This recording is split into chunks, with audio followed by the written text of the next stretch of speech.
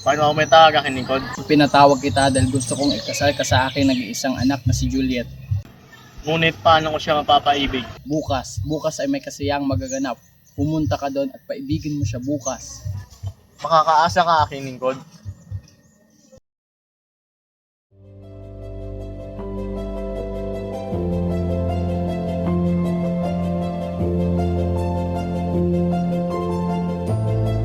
Kamusta, aking pinsan? Oh, andyan ka pala, aking pinsan. Tila ikaw iniibig, aking pinsan. Nakakatawa mo isipin, pero oo, si Rosalie. Isang Capulet, ikaw ba ng ibang aking pinsan? Ngunit aking pinsan, mahal ko na siya. At sabik na ako makita siyang muli. Tila'y wala na akong magagawa sa iyong desisyon. Ngunit may isa akong balita. Ano yun? May isang malaking kasiyang magganap sa bahay ng mga Capulet. Talaga? Kailan? Mamaya, bago magabi. Tara, maganda na tayo.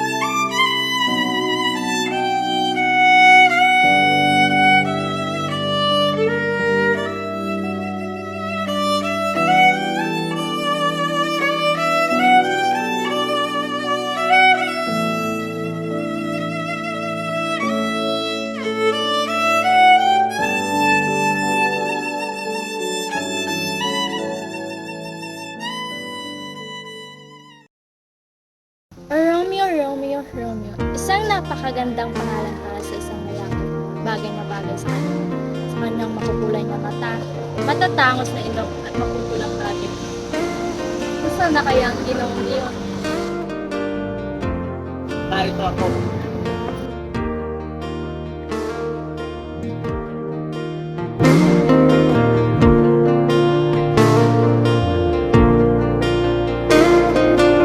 Minahal kita, unang beses pa lang kitang nakita.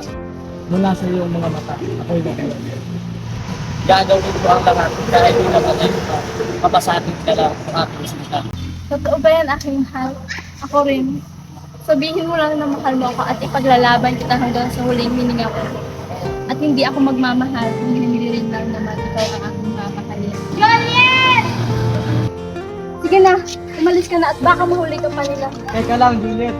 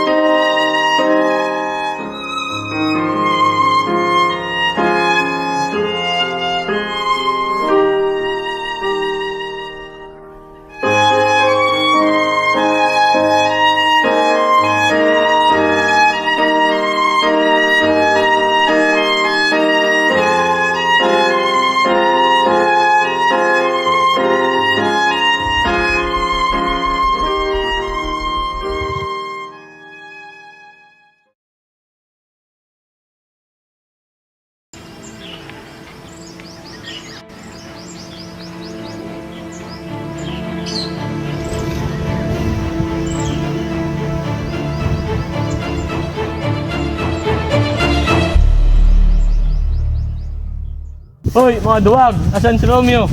Labas nyo! Huwag mo kong itulad sa'yo. Tara, daan niya natin ito sa daan. Huwag dito. Dito magugustuhan ni Romeo. Oh, ano? Tara!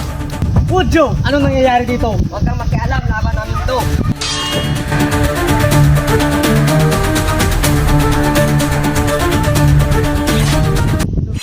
You are my everything. 별처럼 쏟아지는 운명에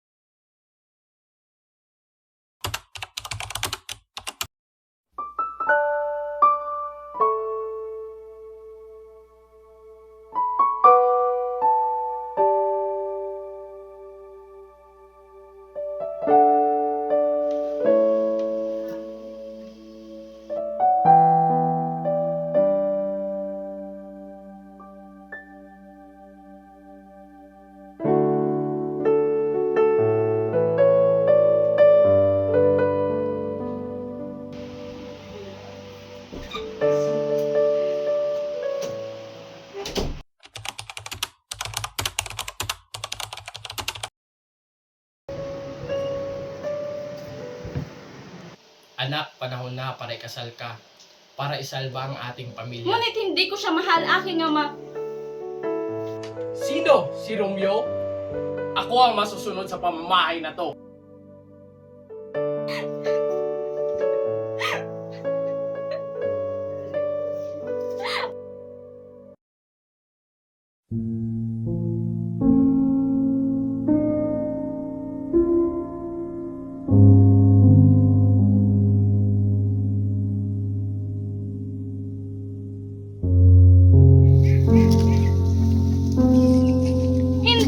Hindi maaari. Tulungan mo ako. Hindi ako makakapayag sa plano ng aking pamilya. Ano bang ibig mong mangyari? Tulungan mo ako. Si Romeo ang iniibig ko. Siya ang buhay ko. Tulungan mo akong baguhin ang kapalaran ko.